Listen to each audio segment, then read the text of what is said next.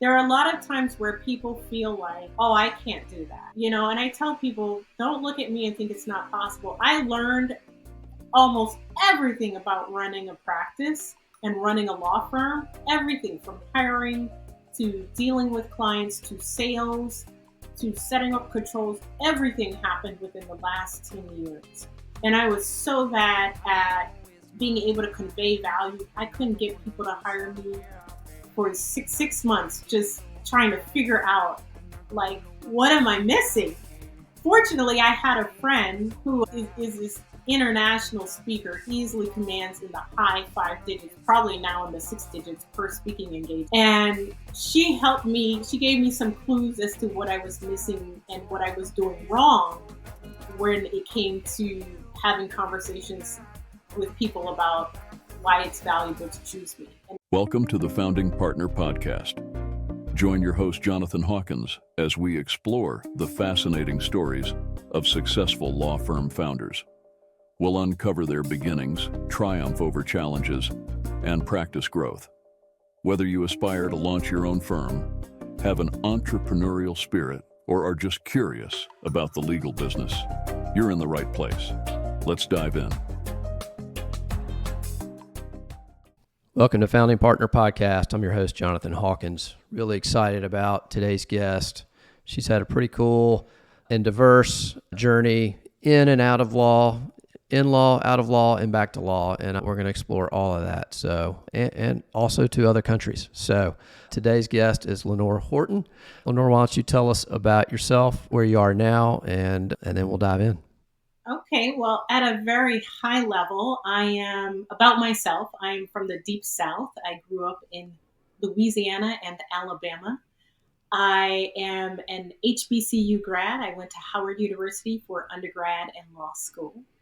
I've always had ambitions to live in New York City. I thought it was such a cool and enticing thing when I was growing up in Alabama, and I did end up going to New York City and living there for quite some time before going overseas. And that was exciting too, because I also had this idea that I would travel the world and speak different languages, and all of that came through for me. And now I've settled into the New York City suburbs. Sometimes your roots just take control of you all over again.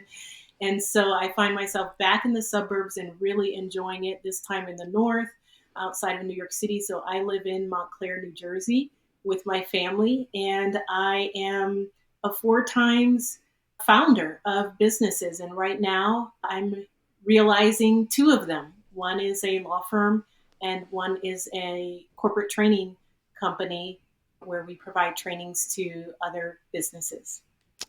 We're going to get into all of that. I want to hear more about all of that. So, but let's go back. We won't start all the way at the beginning, but tell us sort of your journey. What drove you to become a lawyer? That's such an interesting question, because I feel like when we talk about the story of us, we're really telling 2 different stories. There's a story we learn to tell about us, and then there's a story that we are discovering about ourselves, because we're always developing as people. So my path to being a lawyer felt very straightforward. I felt like it was set out for me very early on. For some people, they may notice if I'm doing a handshake or if I'm doing a hand gesture that one of my fingers looks a little bit different than the others. And that's because I had this accident when I was a kid. My siblings and I, we were all over at a family friend's house, and the kids were in another room, and we started playing with an exercise bike. So I'm talking some like 30 plus years ago.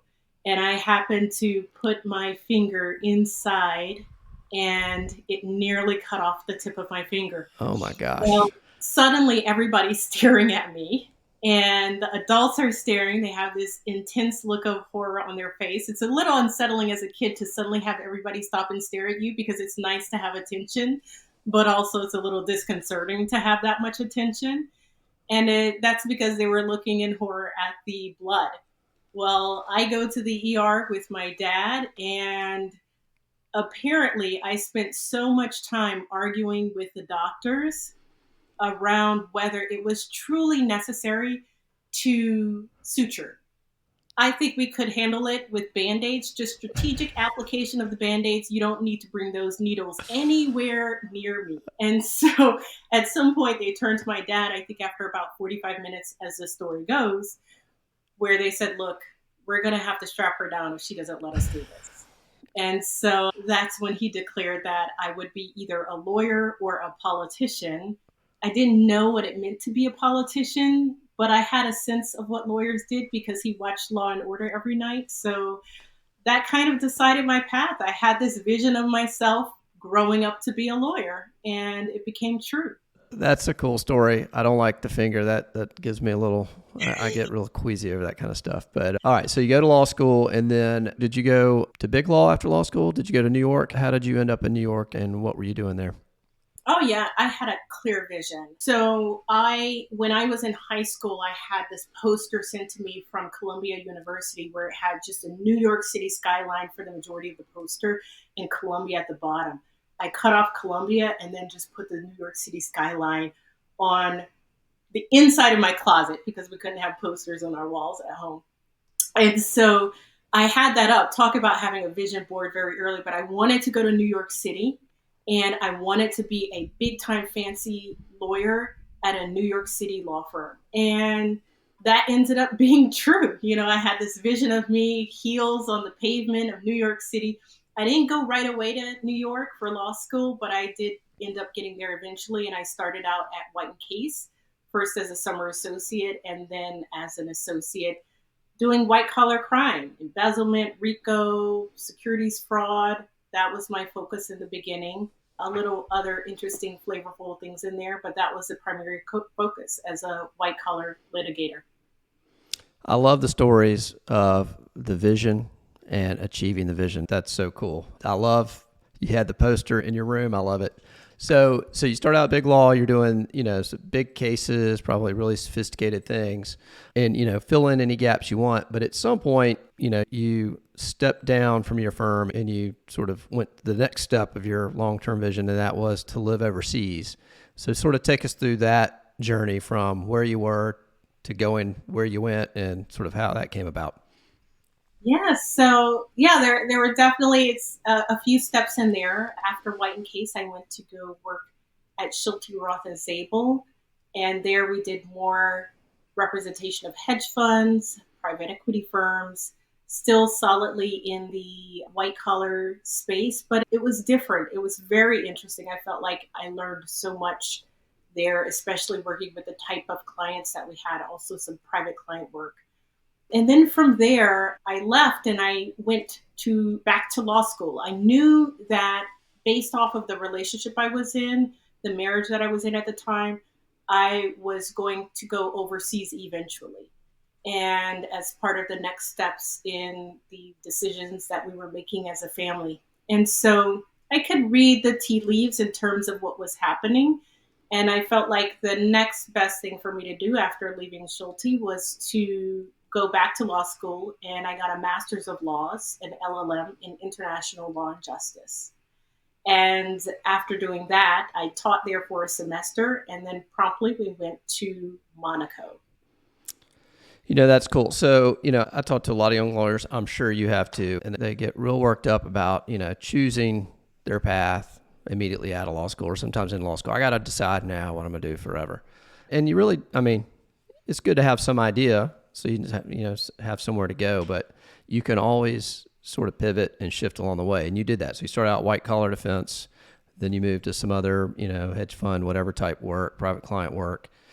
And then you said, you know what, I'm going to go overseas. And you went back to school and got ready for it. And you went, and it's like, I don't know if you knew that when you were in law school that you might be doing something like this, or at least the first time you're in law school.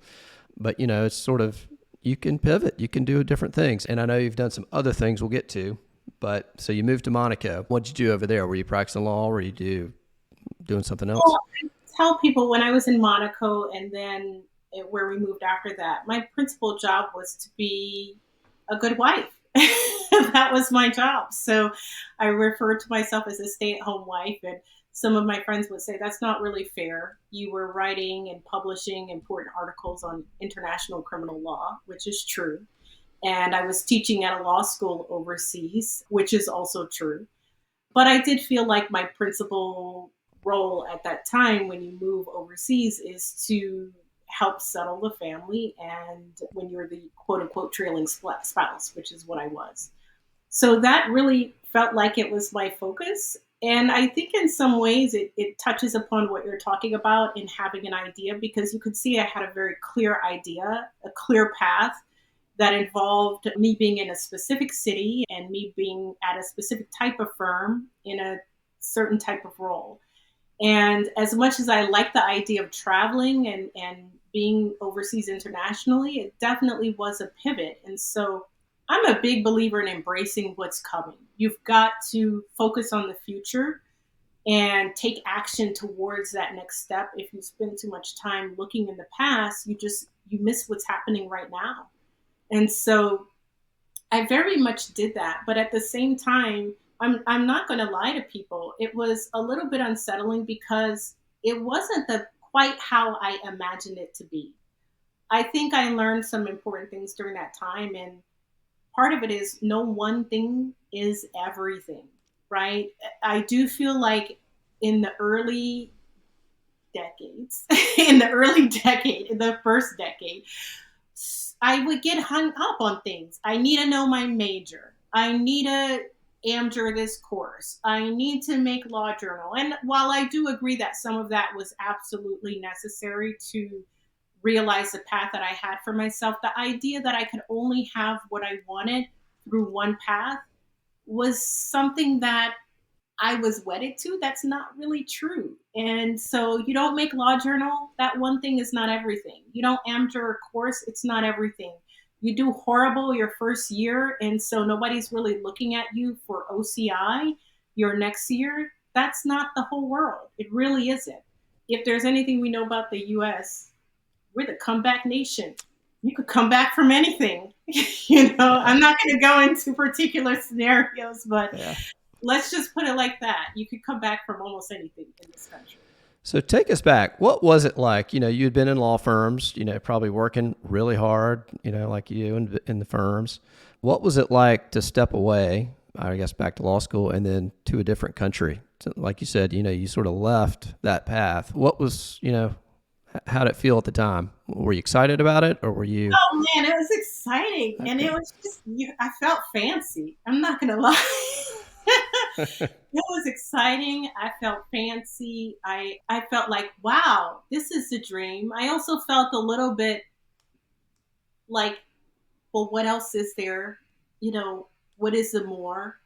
I felt a little bit, wait a second, I'm lost, and I feel like I have some clues as to how to orient myself, but I'm not quite getting it, right? I'm not quite settling in the way that I thought. And so it was just a lot of things. And what's exciting is I can have all those feelings. It doesn't have to be any one way or the other. I can have all those feelings and all those experiences about that time. And as long as I'm allowing myself to make room for all of that, I don't have to paint the picture just one way for what those years were like. Instead, I can recognize that it was a little bit of a lot of things and maybe a lot of some of them. Well, I'll say I think it's a cool experience. I mean, I wish I could have, and maybe there's still time, but to go live in another country, that's quite an experience for anybody. And I don't know if you had kids at the time that went with you, but that's just a cool experience to have. And to take a pause on your career or pivot, whatever you want to call it, kudos to you for actually doing it. I think that's cool. So you go over to Monaco. How long were you there? Did you stay there? Did you go anywhere else overseas? That wasn't too long. What we did after being there, we went to Germany. And so that was really the landing pad. We knew that Monaco was kind of a temporary stopover towards figuring out where we would be ultimately. So there was a lot of traveling during that time. I went to Australia, I went to China, I went to Hong Kong and India and Singapore again. I went, I have views about Singapore. I went to Cyprus. I mean, we just traveled all over the place, as well as being in Monaco because there were some professional ties there, some business ties there, and then ultimately decided Hamburg, Germany would be where we settled, where that next location would be out of all the places we were considering to move to. So, and that felt right. It's an international city. It was a port. It's a port city, which was an important consideration at the time for business reasons. And it's I think it's a very sophisticated city in terms of the people. But there are other parts of it too. People make jokes about northern Germany for a reason. So there was that. It's not all untrue, right? So Yeah. there was also that part. But I honestly, there are parts of it that I really do cherish where I feel like, oh, I'll never miss that part of it. There are parts of it where I will totally never want to repeat and never miss. Yeah. Yeah. So, So at some point you came back. You're back in the States now. So at some point you came back. Take us through, leaving Germany, coming back, and then what did you do when you got here or when you got yeah, back? it was interesting because when I came back at the time, I was very much, this would be an example of me feeling like I was not embracing the future, right? And I came back to the States at that time. If I felt unsettled while there, I really felt unsettled, when I came back because my marriage had fallen apart. And I was also recovering from being very sick without realizing that I was sick for a long time overseas. So all of that feeling like it was not quite right, it was really because I had one of the most mundane illnesses on a recurring basis at the time and didn't realize it, and it took a toll on my health. So just so nobody has to wonder, well, what was it? It was appendicitis, but instead of realizing it and having surgery right away, I had to have it several times before I finally found a surgeon who could actually take it out without carving me up completely.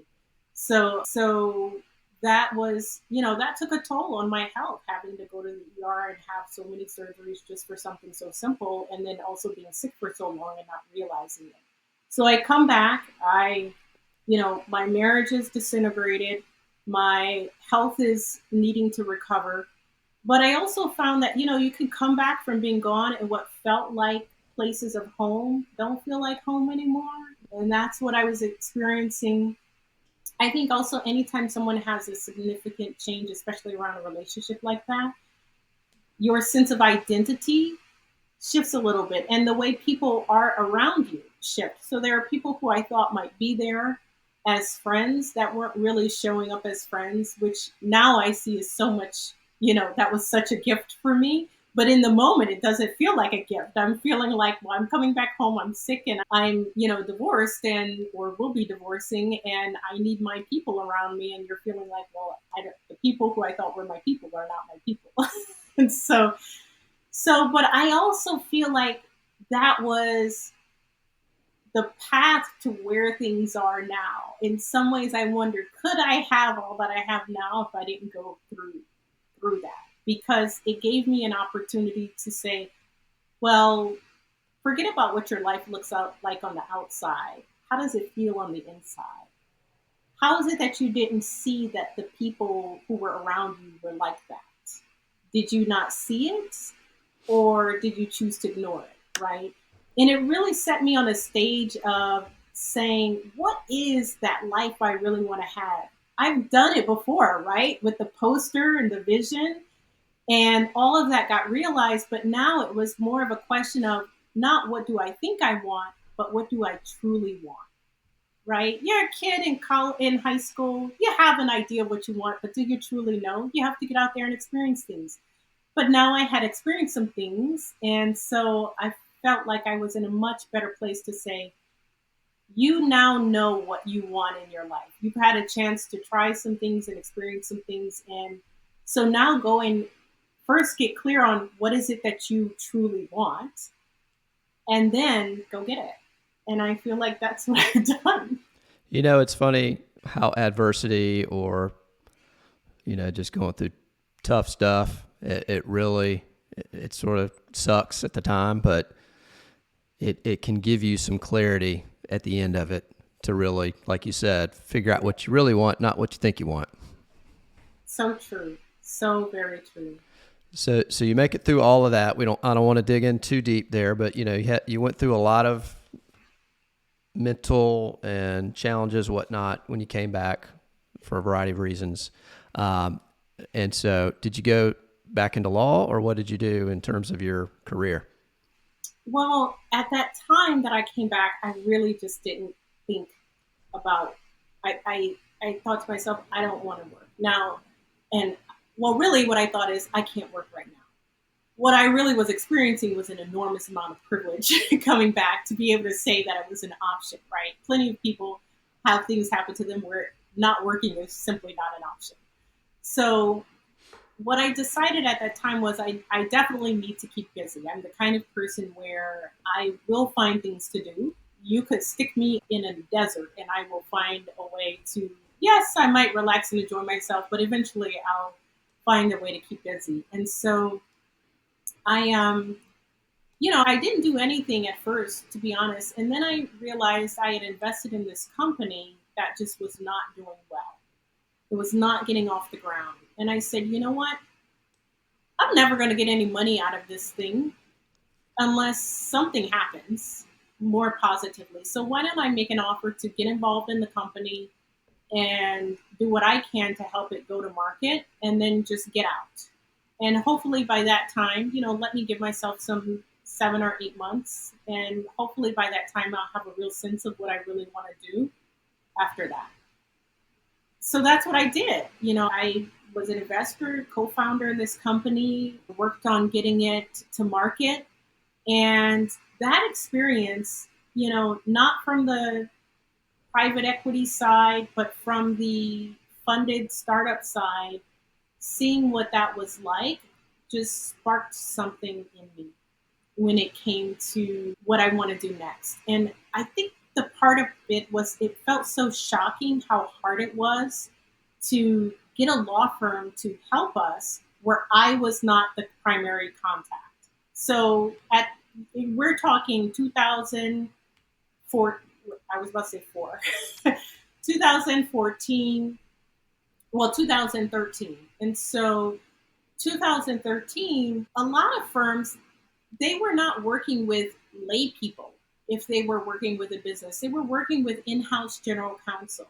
Like this concept of flat fees, those were all things that at that time it was a big deal. There were all these ethics committee opinions about unbundled legal services because the typical way of working would be on a retainer and where you really had you just did the work and you had to fully service the client. You couldn't have these discrete flat fees, unbundled scopes with clients. You really had to be retained for them. And so I a lot of law firms, if they were working with a business, they were just used to working with an in-house attorney.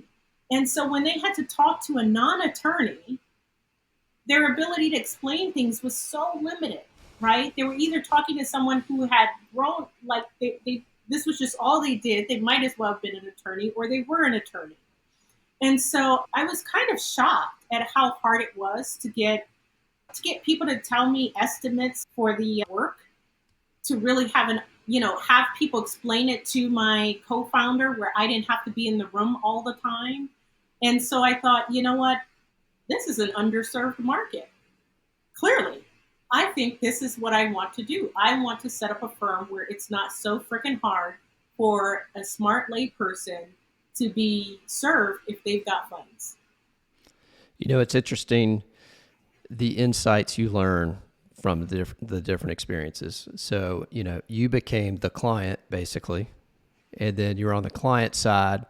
And so you get to see what it's like as a client when you're working with law firms and lawyers. And, a lot of lawyers, myself included, it's hard sometimes to put yourself in the client's position when you're, just creating your customer or client journey, for example. We see it when we're a customer and a company, ignores us or treats us wrong. We don't like the way that feels, but a lot of lawyers can't, put that in their mind and say, oh, that's how my clients are feeling. But you actually did. So you're the client and you're having trouble. You and your co-founder, your other business people are having trouble working with the law firm. So that sounds like it was the kernel of the new idea. So what happened next? So you're at this startup type business. Now, eventually you did go back into private practice, right? Tell us how that came about. Yeah, so I said, you know what? I actually, while I was having that experience, I'm not quite sure that's when it happened. I think it was only after I exited that company. And I think it was maybe like, I remember it was like December of 2013. And I said, I'm not doing anything for the rest of the year. I'm just going to go and just be amongst people. It's the end of the year, and January, I can make my decision. And I remember one time going out, and I remember this so clearly because I actually met someone who became a really good friend. We're still good friends that very same, on that particular night. But I go out, I'm at this dinner in Washington, D.C., and I'm meeting different people, new people. And it was a networking dinner, and somebody said, "So what do you do?" And I said, "Well, right now, nothing." And it seemed to bother them more than like they seemed more bothered by it than I did. And they were like, "But yeah, but okay, but what do you do?" And I said, "No, really, right now I'm doing nothing, and that's the whole goal. I am going to make a decision in January, but I'm not thinking about the decision." Sometimes I feel like you have to let your subconscious do its thing. You have to just sit there and give it a rest and let the subconscious work it out, and then the path comes to you. And so I know that feels a little woo for some people, and thankfully my clients know I'm a little bit at times. I'm a But big believer in so yeah. yeah, you believe in it? Oh, I believe it. I've experienced it. Yeah. So it was the case, and it came so clearly. It came so clearly to me that this is what you will do. And what's so interesting is, so I was still dealing with my divorce lawyer at the time, and I said, "Oh well, I need to talk to her about some stuff. This could be a phone conversation, but actually, I'll set an appointment, and I'll go up to New York, and I'll ask her about having your own practice," because she was referral only, no website. I think at the time she was still on a Gmail address, but she was very much in demand. And she was, I could see the way she worked and the way she approached the work. And I said, I want to ask her because I feel like she's a good model for how I might want to start things. And so I come in and I said, what I really want to talk to you about is what I think I might be doing next, which is to open up my own practice. Well, she whipped out two legal pads and she was ready to go. She said, "Yeah, sure. I'll tell you everything." And it's so telling because sometimes we forget that we have resources available to us, and or we assume that they won't help us. And so we don't even think of asking. But when you ask, most people do want to help. So, It's true. yeah. It's true. So you start planning with this attorney about your firm. So eventually you did open it. How was it, that January, or did it take longer? March 2014. And it's, what was I waiting for? Well, I had all these things I wanted to do. She gave me a clear path, and I said, well, I want to figure out this and that and this and get everything lined up so that when I launch. And here's the interesting thing. So I start the firm, I launch it. And it took me about 6 months to get my first paying client. Now, it took me my 2 weeks to get my first client, but they stiffed me because I failed to follow some critical advice that I got You from live that. and you learn, right? You live and You live learn. and learn. And then after that, I could not, I felt like I had to beg someone to pay a consultation fee. And I share this because there are a lot of times where people feel like, oh, I can't do that. And I tell people, don't look at me and think it's not possible. I learned almost everything about running a practice and running a law firm, everything from hiring to dealing with clients to sales to setting up controls. Everything happened within the last 10 years. And I was so bad at being able to convey value. I couldn't get people to hire me for 6 months, you know, 6 months just trying to figure out, like, what am I missing? Fortunately, I had a friend who international speaker, easily commands in the high 5 digits, probably now in the 6 digits per speaking engagement. And she helped me, she gave me some clues as to what I was missing and what I was doing wrong when it came to having conversations with people about why it's valuable to choose me. And it was a really important lesson around being yourself and allowing your true you to really shine through, and just in understanding that if people gravitate to you, it's because they see that and they want that. They don't want you pretending to be somebody else. Real quick, thanks for listening. If you're getting any value out of this podcast, please take 2 seconds to hit the subscribe button and leave a 5-star review. It would really mean a lot to me. Now back to the show. So tell us about your law practice. So what kind of legal work do you do? And then, what kind of clients do you have and how do you charge them? Is it hourly, flat fee, or retainer? Or tell us about sort of the business model of the firm itself. And then, has it always been that way, or has it sort of changed over time? Yeah, in the beginning, I started out really wanting to represent funded startups and small businesses. And that has definitely evolved over time. Because in the beginning, with my first firm, I saw it as a law practice and not as a law firm. Now we're really much more of a firm, and a rapidly growing firm at that. And we've moved away from startups and entrepreneurs and artists and small businesses. And our focus really is on the middle market and what I would call upwardly mobile small businesses, high impact nonprofits, and as a diverse supplier to large companies.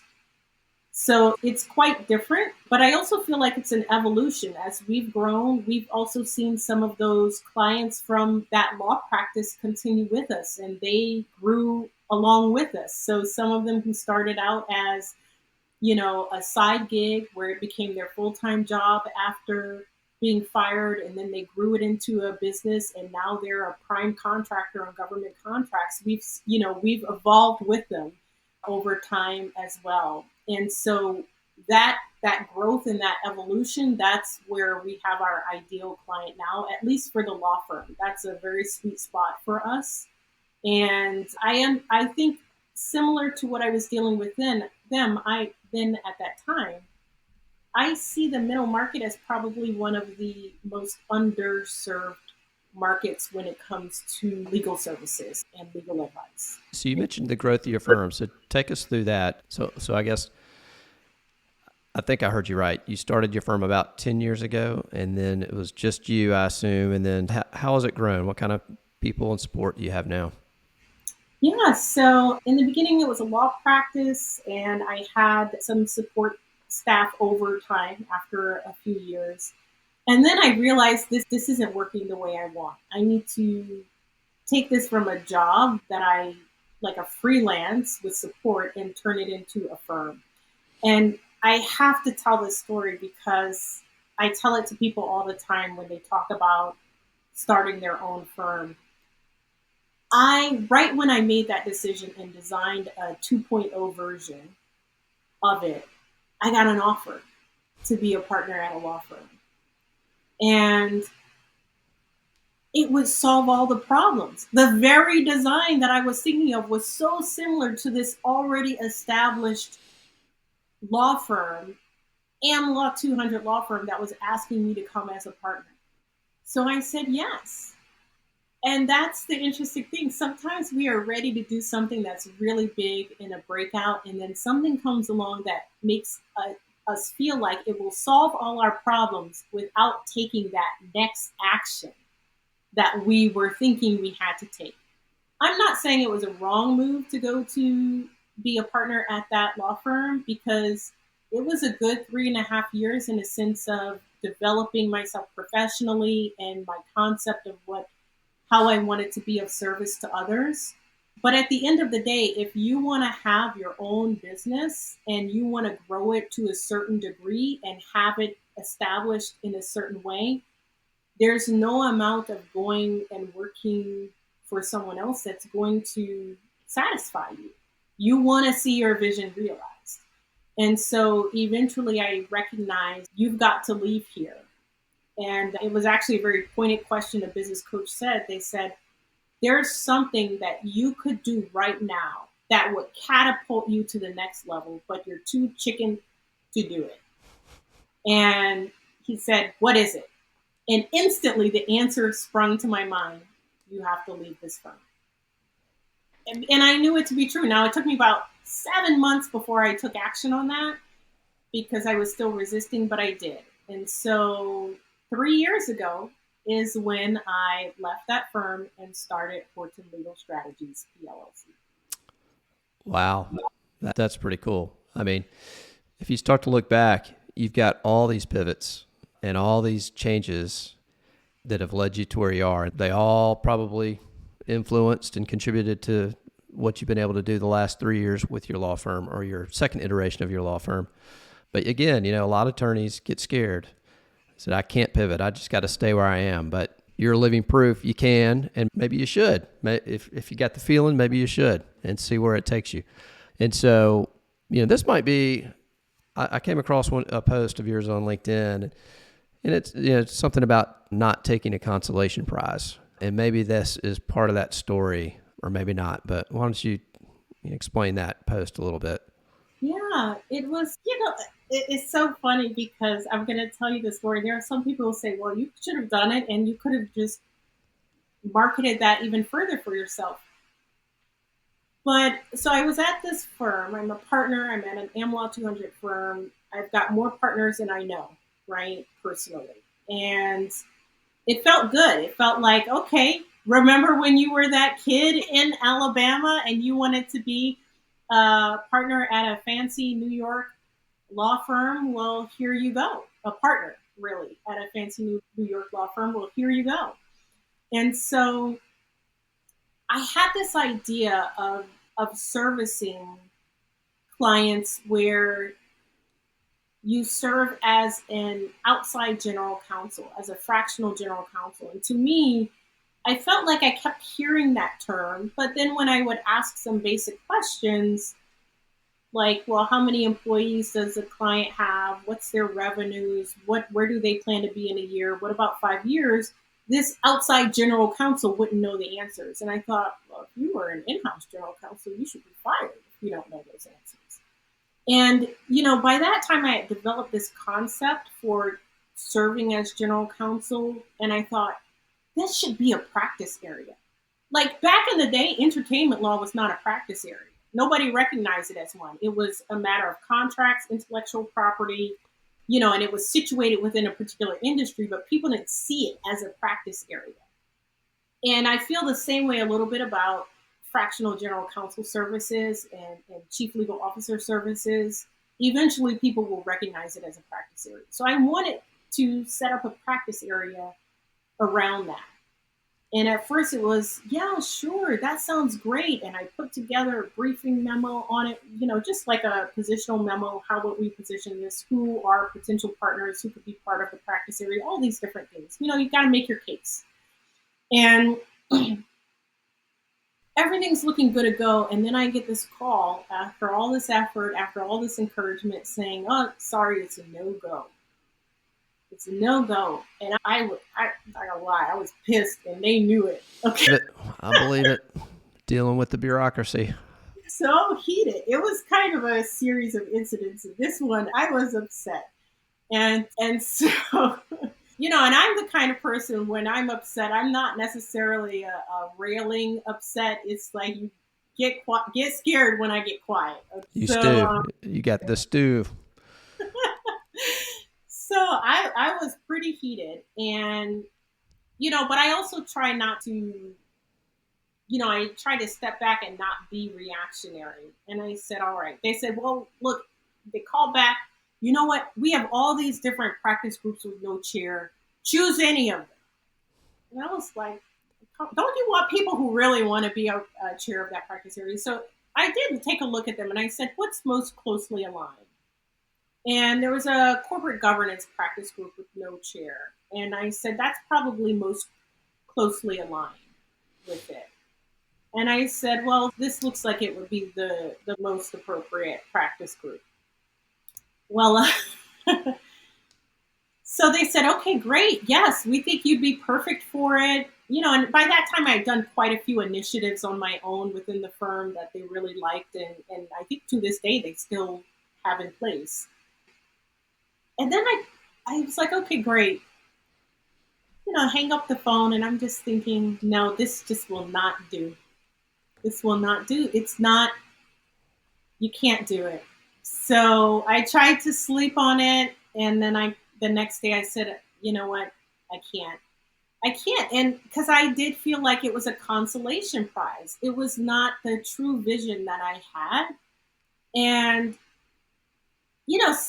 every now and then, I won't say I never look back, but every now and then I was like, it's kind of dumb. You could have done it for 6 months and at least it's on your resume. But it just didn't feel right. And so I don't know what usefulness that would have been ultimately, just to throw it on the resume and impress people. And it felt like it would have been a distraction for me doing what I needed to do, which was to leave. That was right around that time when that business coach was like, what you need to do. What is it? So I said no to the consolation. And to me, it's a big deal to be a chair of a practice group for an AmLaw 200 firm Yeah. with like 300 partners. And it's an international firm. That's major. But I also felt like they deserved somebody who truly wanted it.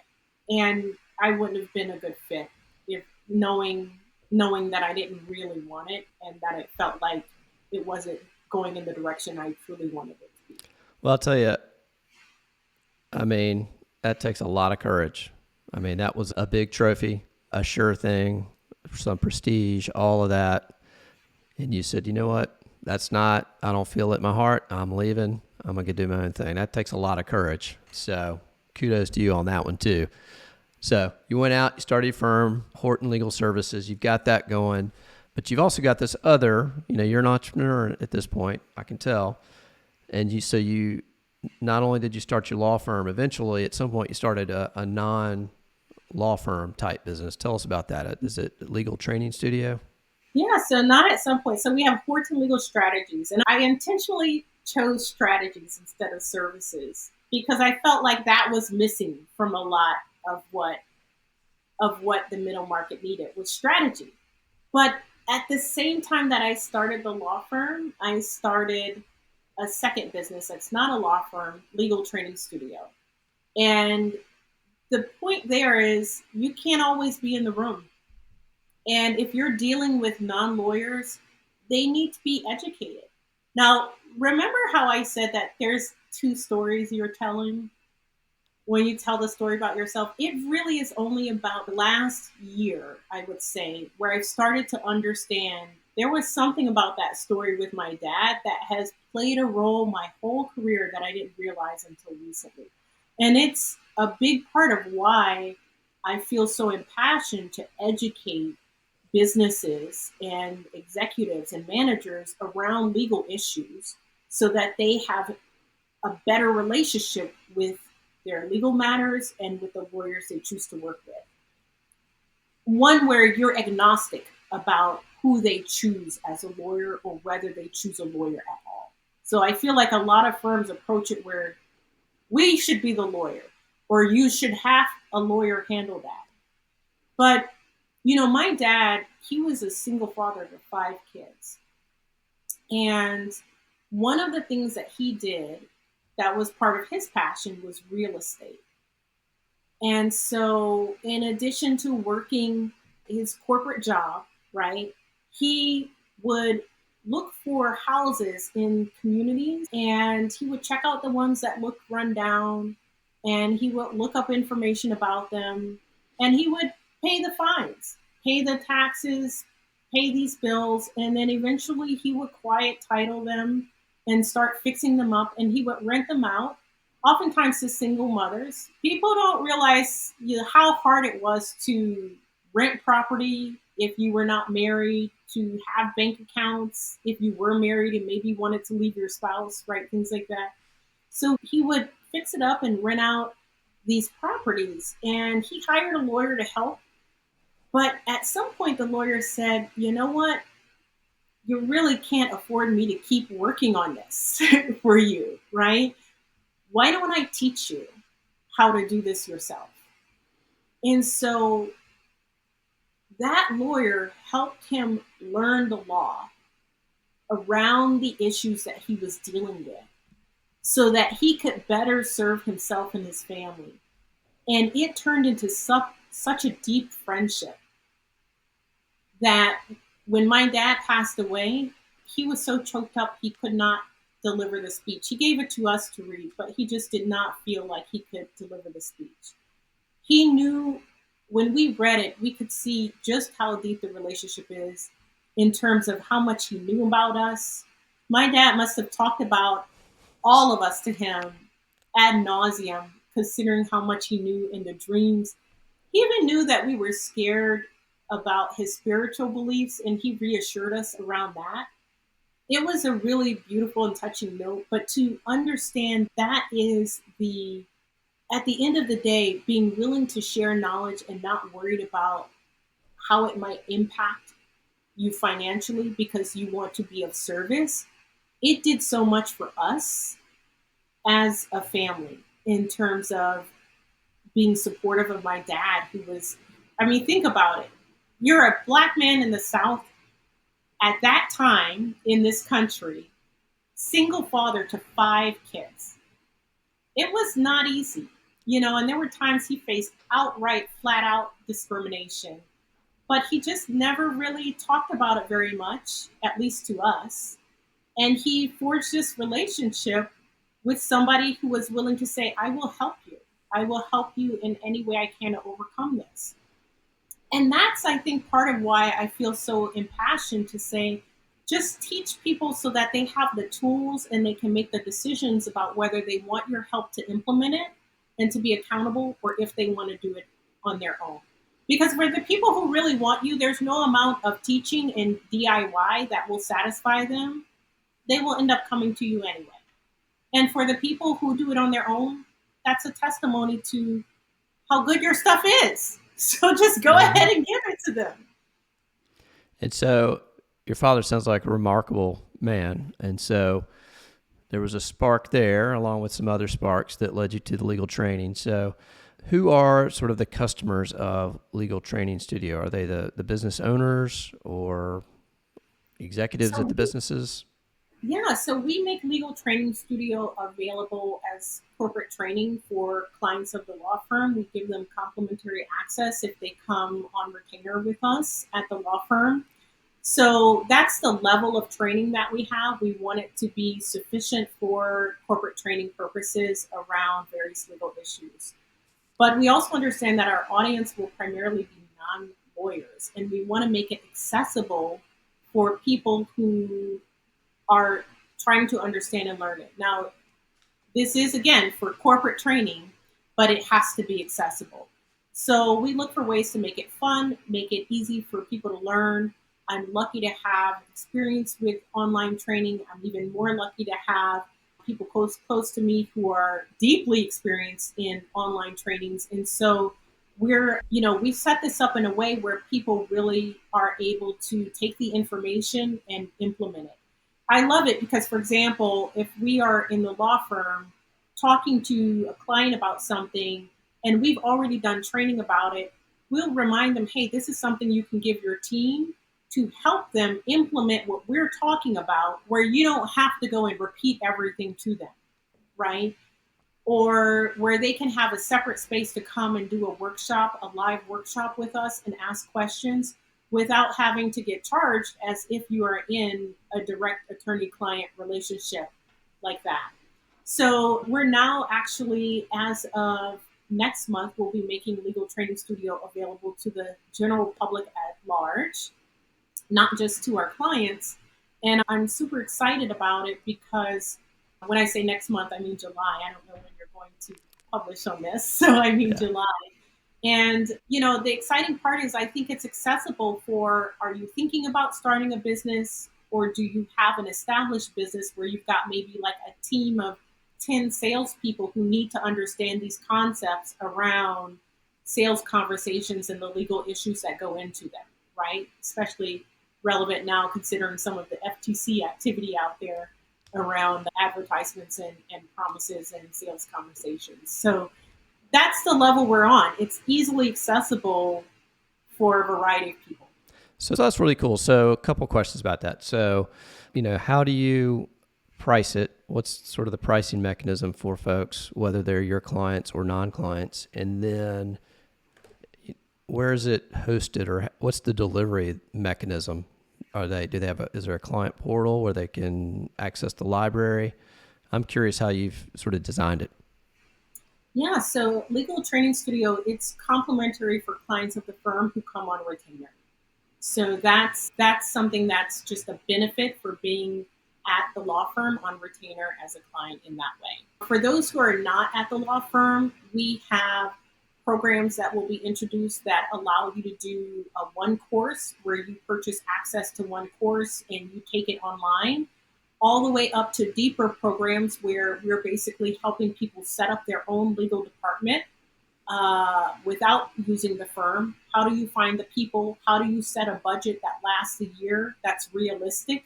How do you time your work? Where we give them all of that training, and that includes group coaching, live trainings, and one-on-one coaching. So there's a wide variety everywhere between the low 3 digits for the one-off courses, all the way up to 5 digits for the really high-end service being available with that. But the interesting thing is, for everybody, we're going to start off free in July with a huge mastermind training.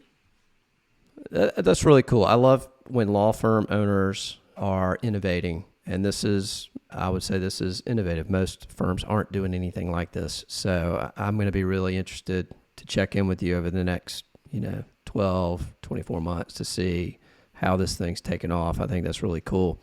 I want to pivot for a minute, maybe get a little bit more on your personal life a little bit. I understand you're a foster parent, so I know that's important to you. So, you can talk about that a little bit, but I also want to hear about, you've got a lot going on. You've got tons going on. And then you throw that in the mix, and you're still smiling over there. How do you do it all?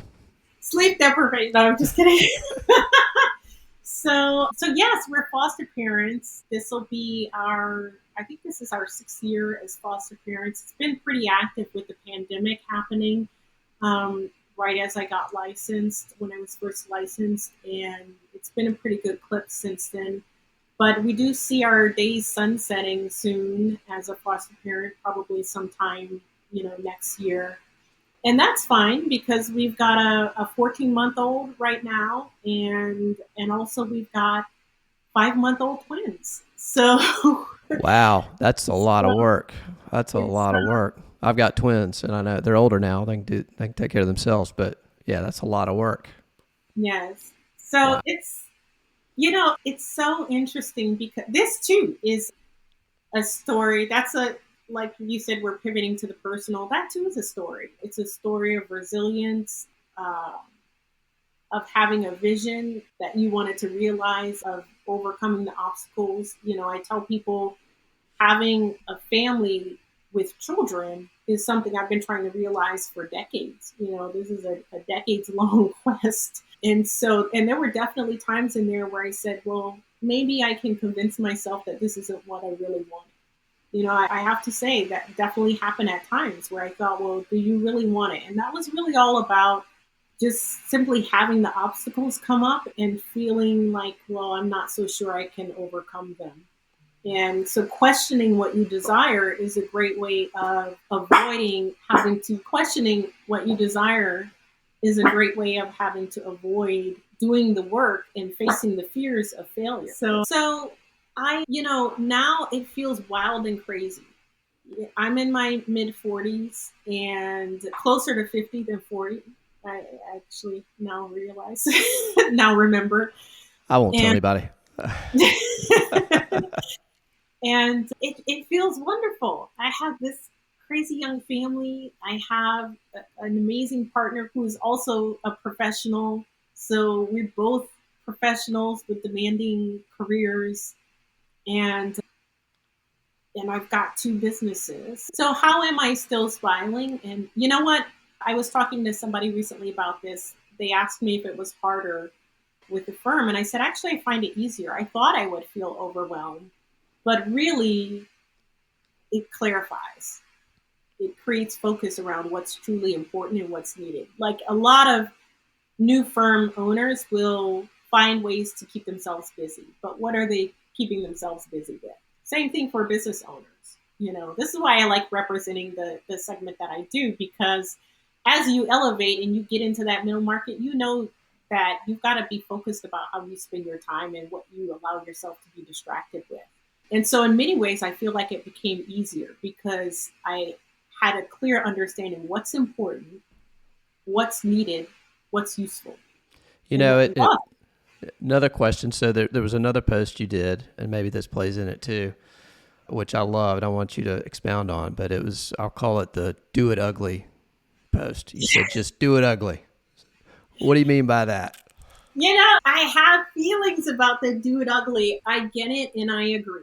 And this is why oftentimes I won't go back and edit some of my posts for pretty simple typos. In a way, I kind of don't want that client who won't hire me because of that tiny typo on a LinkedIn post. If you think that's reflective of like what I'm going to do and the legal work, then okay, that's fine. But that's an example of doing it ugly. You can, and this is hard when you come from big law, it's very hard. This idea of moving away from this concept of perfect.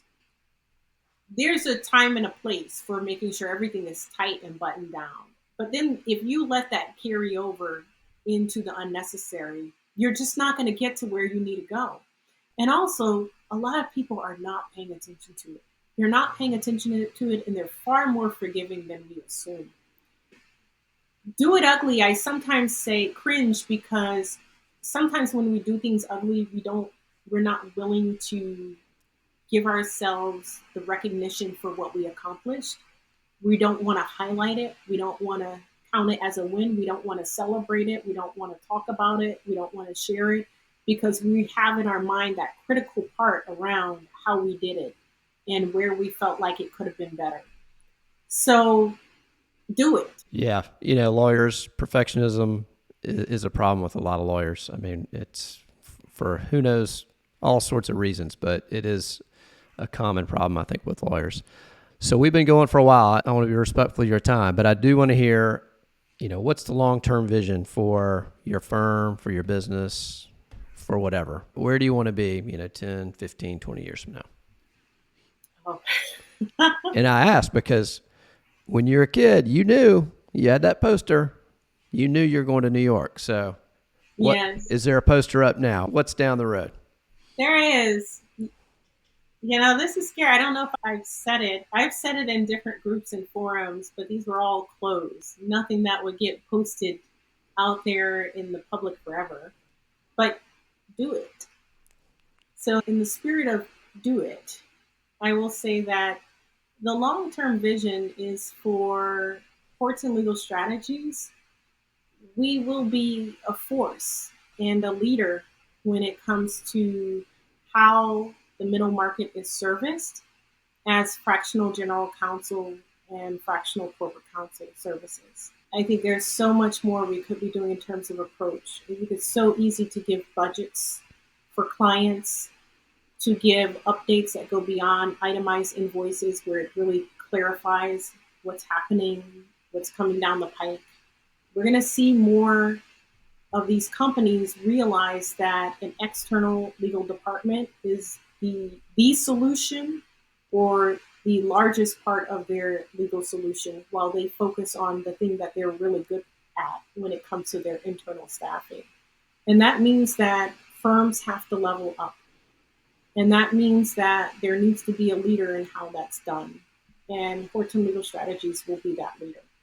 Well, I'm excited to watch it happen. So heard it here first. We're gonna keep an eye on you the next 5, 10, 15 years. So I know you'll do it. So thanks for coming on. For people out there that want to find you, get in touch with you, what's the best way? So if they're looking to get in touch with me personally, I am all over LinkedIn. That's where you'll see the professional side. If you go to LenoreHorton.com, it will point you over to my LinkedIn profile, or you can type my name into LinkedIn and you will likely find it. If you're looking for the law firm, that is HortonLegalStrategies.com. And if you're looking for legal training studio. That is legaltrainingstudio.com. And if you want to see a little bit about me outside of the professional, then you can head over to Instagram. My handle is LenoreHorton.com, spelled out DOTCOM. All right, Lenore, thanks again for coming on. This has been fun. All right, thank you. Thanks for listening to this episode of the Founding Partner Podcast. Be sure to subscribe on Apple Podcasts, Spotify, or wherever you get your podcasts to stay up to date on the latest episodes. You can also connect with Jonathan on LinkedIn and check out the show notes with links to resources mentioned throughout our discussion by visiting www.yourlawfirmgc.com. We'll see you next time for more origin stories and insights from successful law firm founders.